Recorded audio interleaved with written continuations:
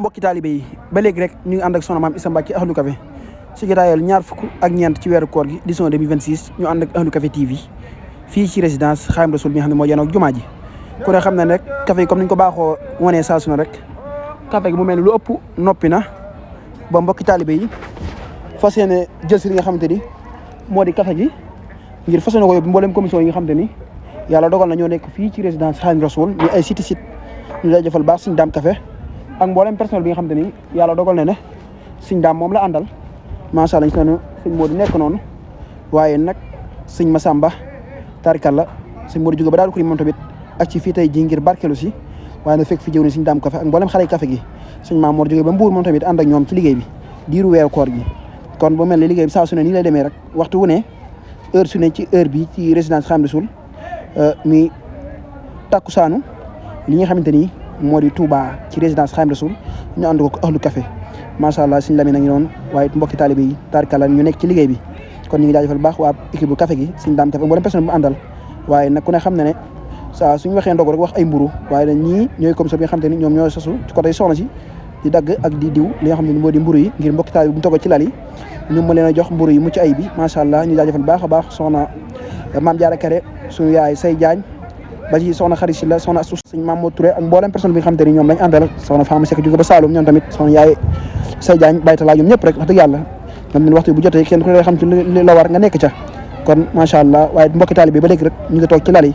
di taaxir lu waxtu incha allah ngir ñu fas yéene amal li nga xam ne moo di dog bi ñu fàtte rek tey ji mooy 25e jour ci weeru koor gi édition 2026 ñu ànd koog Ahlu Café TV fii nga xamante ni moo di résidence Xaadimu Rasuul macha allah ñu sàppe góor yàlla yi ndax ku ne xam ne dañuy béy góor ñi bëri jigéen ñi mu am séparation sàppe góor ñi nekk ne waaye sàppe jigéen ñi nekk na le kon mu mel ni nag tarikalla mbokki taalibe bi ñëpp ñu ngi toog tim seen i kaas ak seen i li nga xam moo di mburu ngir wax taaxir lu nga xam waxtu bi waaye soxna maam Issa Mbacke Ahlu Café ñu ko ñaanal baax suñu borom yàggal ko fa tamit liggéey bi moom moo ko fii def fii ci résidence Xaadimu Rasuul boo demee fi nga xam ne mu nekk garage Dakar it noonu la koy defee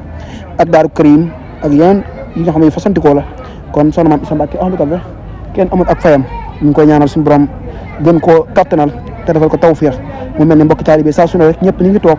tiim li nga xam ne moo di seen lal di taaxirlu li nga xam ne moo di waxtu ba incha allah ngir ñu fas yéene amal ndoglu fii ci résidence Xaadimu Rasuul waaye ngeen seen organisateurs yi nekk noonu ginnaaw xam mbokki taalibe toog na ñuy waajal bisaab bi ngir bu ñu dogoo rek incha allah ñu mën a fas yéene dugg ci li nga xamante ni moo di mbokki taalibe yi jox la li nga xam mooy bisaab bi ndax ku wax ndogu wax bisaab tarkalla macha allah ñu waajal ko ba mu mucc ayib nga xam ne mbokki taalibe yi rek bu ñu ndogoo naan café ba noppi lekk mburu ak tàndarma tarkalla ñu fekk leen faak ak i bisaab macha allah lalu soxna yi nekk nii waaye nag couloir bi macha allah nekk nii xam te ni mbokki taalibe bu lali fees rek daanaka dañ leen orienté ci li nga xam ne moo di couloir yi ñu jaajëfal baax sécurité yi ci liggéey bu am solo bi waaye ndax Ahlu Café yokku baa ngi ne suñu dal soxna May Bousso soxna Maam Jaara Mbàkke suñu yaay Fat Jaañ sëñ naa suñ Xaadim tarkalla nga xam te ni fii ñoom ñooy jëwriñ suñ Maam Cheikh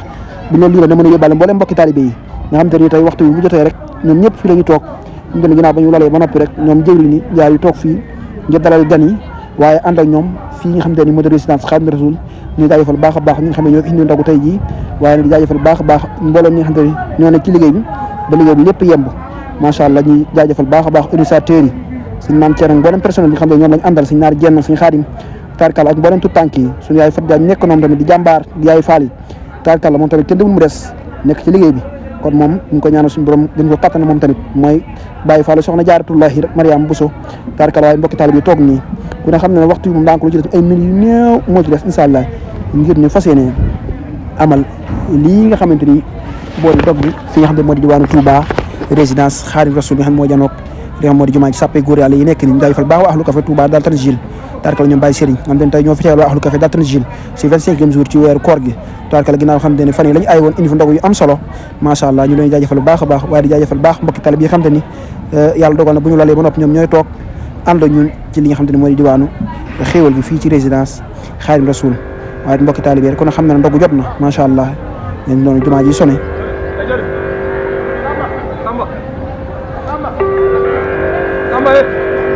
waaye ginnaaw bi nga xam ne sone bi dal na rek duñ def leen ànd ak yéen bàyyi leen mbokki taalibe ñu daal di ndogu